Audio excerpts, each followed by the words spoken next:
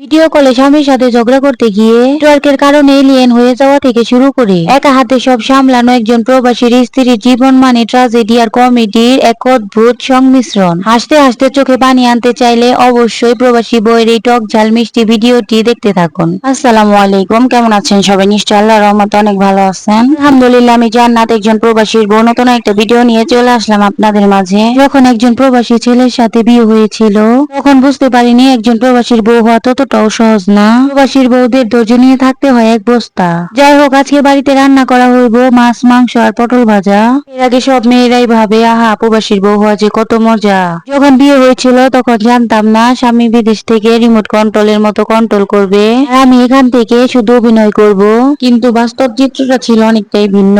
একজন প্রবাসী যখন বিয়ে করে নতুন বউ রেখে প্রবাসে চলে যায়, প্রবাসে থাকার জীবন শুধু টাকা উপার্জনের গল্প নয়, এর মাঝে লুকিয়ে থাকে একাকিত্বের এক দীর্ঘশ্বাস। একাকিত্ব ভিতরটাকে কুড়ে কুড়ে খায়। প্রবাসীর স্ত্রী সেই কষ্টের কথাগুলো প্রায় অনালোচিত থেকে যায়। ঈদের চাঁদ উঠলে সব ঘরে যখন আনন্দের হুল্লোড়, আমার ঘরে তখন নিস্তব্ধতা। তখন মনে হয় কেউ নেই আমার, আমি শুধু একা। পাড়ার বান্ধবীরা যখন তাদের স্বামীর সাথে বেড়াতে বের হয়, আমি তখন বারান্দায় দাঁড়িয়ে আকাশের দিকে তাকিয়ে থাকি। স্বামী ভিডিও কলে ঈদ মুবারক জানায়, কিন্তু সেই শুভেচ্ছা কি আর বাস্তবের মতো হয়? সংসারে যাবতীয় খুঁটিনাটি কাজ, বাজারের ব্যাগ টানা, অসুস্থ হলে একা একা ডাক্তারের কাছে যাওয়া, সবকিছুর ভার একা আমার উপর। সে দূরে থেকেও সবকিছুর খবরাখবর রাখে, কিন্তু অসুখের সময় কপালে হাত রেখে মাথায় হাত বুলিয়ে দেওয়ার মতো মানুষটি পাশে থাকে না। এই একাকিত্বের ভার বয়সের সাথে সাথে খুব ভারী মনে হচ্ছে।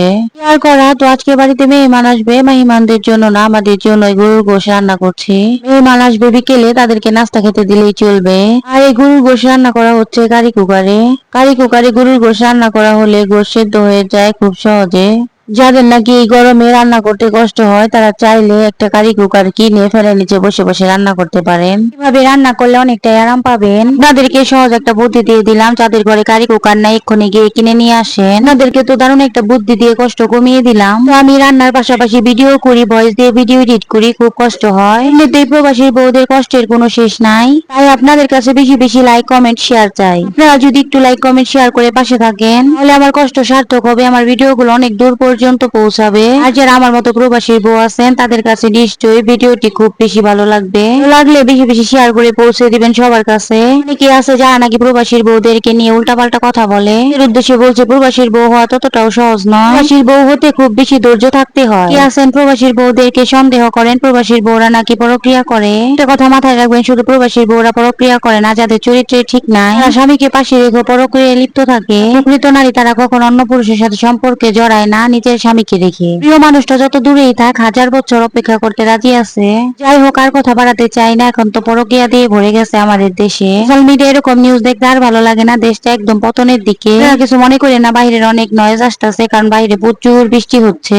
প্রকৃত নারীর বেশি কিছু প্রয়োজন হয় না। সারাদিন সংসারের কাজকর্মের পর আমরা প্রবাসীর বউরা ফোনে কথা বলার সময় স্বামীর একটু সুন্দর ব্যবহার পেলে সন্তুষ্ট থাকি। এখন আমি মেহমানদের জন্য নুডলস রান্না করতেছি। ভিডিও শুরুতেই তো আপনাদের সাথে শেয়ার করছি, আজকে বিকেলে আমাদের বাড়িতে মেহমান আসবো। আপনারা তো দেখতেই পাইলেন, কারি কুকারের মধ্যে সব ধরনের রান্না বান্না শেষ করলাম। পটল আলু ভাজা, মাছ রান্না, গরুর গোশও রান্না করলাম। এখন আবার মেহমানদের জন্য নুডলস রান্না করে রেখে দিচ্ছি। কিন্তু আমি রান্না করতে পারি না খুব ভালো, তবুও সেই রকম টেস্ট করে রান্না করার চেষ্টা করতেছি। তো আমার রান্না যে খাই সেই বলে সেই রকম স্বাদ হয়েছে, তবুও নিজের প্রশংসা নিজে চাই না করতে। ফেলে নিচে বসে বসে আরামে ভালোই লাগতেছে রান্না করতে। যত সামনের যুগ আসতেছে ততই মানুষের আরাম আয়েশ বাইরে যেতেছে। দিনের মা চাচিরা কত কষ্ট করে লাকড়ি শুকায় এরপর মাটির চুলায় গরমের মধ্যে রান্না করতো, তারা ক্লান্ত হইতো না। মাশাআল্লাহ মাশাআল্লাহ, স্ট্রং ছিল কত। আমরা এই যুগের মহিলারা হাইরে আল্লাহ, low pressure, high pressure, gastric, diabetics কোনো কিছু বাদ নাই। একটু গরম পড়লে একদম মমের মতো গইলা যায়। কেউ তো আবার বলবেন আপনি তো প্রবাসীর বউ, এই কারণে আরামায়েশ করেন। আমার প্রবাস থেকে ডলার পাঠায়, সেই টাকা দিয়া কারি কুকার গ্যাসের চুলায় আরামে আরামে রান্না করে। প্রবাসীর টাকা এতটাও সহজ না, তারাও খুব কষ্ট করে টাকা ইনকাম করে।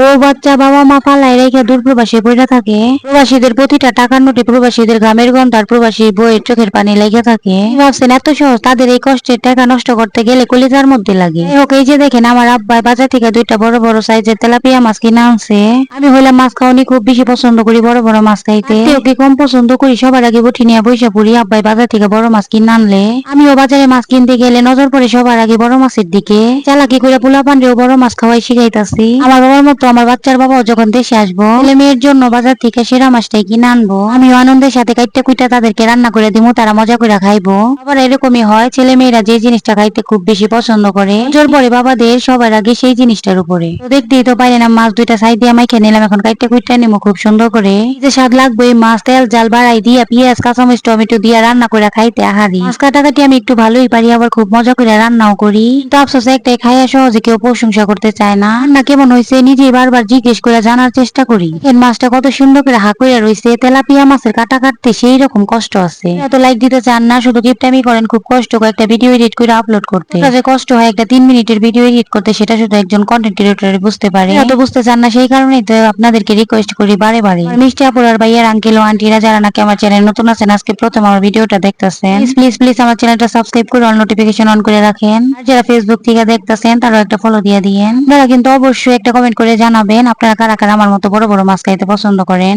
আর ভিডিওটা খুব বেশি ভালো লাগলে শেয়ার করে আরেকজনকে দেখার সুযোগ করে দিয়েন। ওটা শক্তি প্রয়োগ করে তেলাপিয়া মাছের কাটা কাটতাছি, দেখেন দেখেন। মিষ্টি আপুর আর ভাইয়েরা যারা নাকি লাইক কমেন্ট করে সবসময় আমার পাশে আছেন, আমাকে প্রতিনিয়ত ভিডিও বানাইতে উৎসাহিত করতেছেন, এর জন্য রইল মন থেকে অনেক অনেক ভালোবাসা ও শুভকামনা। তাও কম কষ্টে না, তার মধ্যে চুলকানিতে করে আরেক ঝামেলা, যে হাত থেকে গন্ধ যাইতে চায় না। জিহাদের আপু যখন দেশে থাকে, আমি মাছ কাটার পর 10 বার সাবান দিয়ে হাত ধুলেও বলবো গন্ধ লাগে। আমার জিহাদ বাবা হয়েছে সেই একই রকম, আমি মাছ কাটলেই বলবো আম্মু তোমার হাতে গন্ধ। কিন্তু সে আবার মাছ খাইতে খুব বেশি পছন্দ করে। যাই হোক, দেখতেই তো পাইতেছেন মাছটাকে কাইটে নিতেছি কত সুন্দর করে। প্রবাসীর বউ হইছি, বাজারে যাই মাছ কিনা থেকে শুরু করে কাটাকাটি রান্না বান্না সব একা হাতেই করতে হয়। বাড়ি এলাকায় মাছের বাজারে যাইতে লজ্জা লাগে, তাই বাবার বাড়িতে যখন আসি মাছ কিনা কাইটটা ধুইয়া তারপরে নিয়ে যায়। মাসের জন্য একবারই কেনা হয় মাছ মাংস দোকানের সদাই। যদিও মাংস খুব একটা কেনা হয় না, আপনারা যারা আমার রেগুলার ভিডিও দেখেন তারা তো জানেন আমার আব্বার পোল্ট্রি মুরগির ফার্ম আছে, ওইখান থেকে মুরগি নিয়ে যায়। এই যে দেখেন আমার দুই ভাস্তি মিলে বিরিয়ানি রান্না করছে।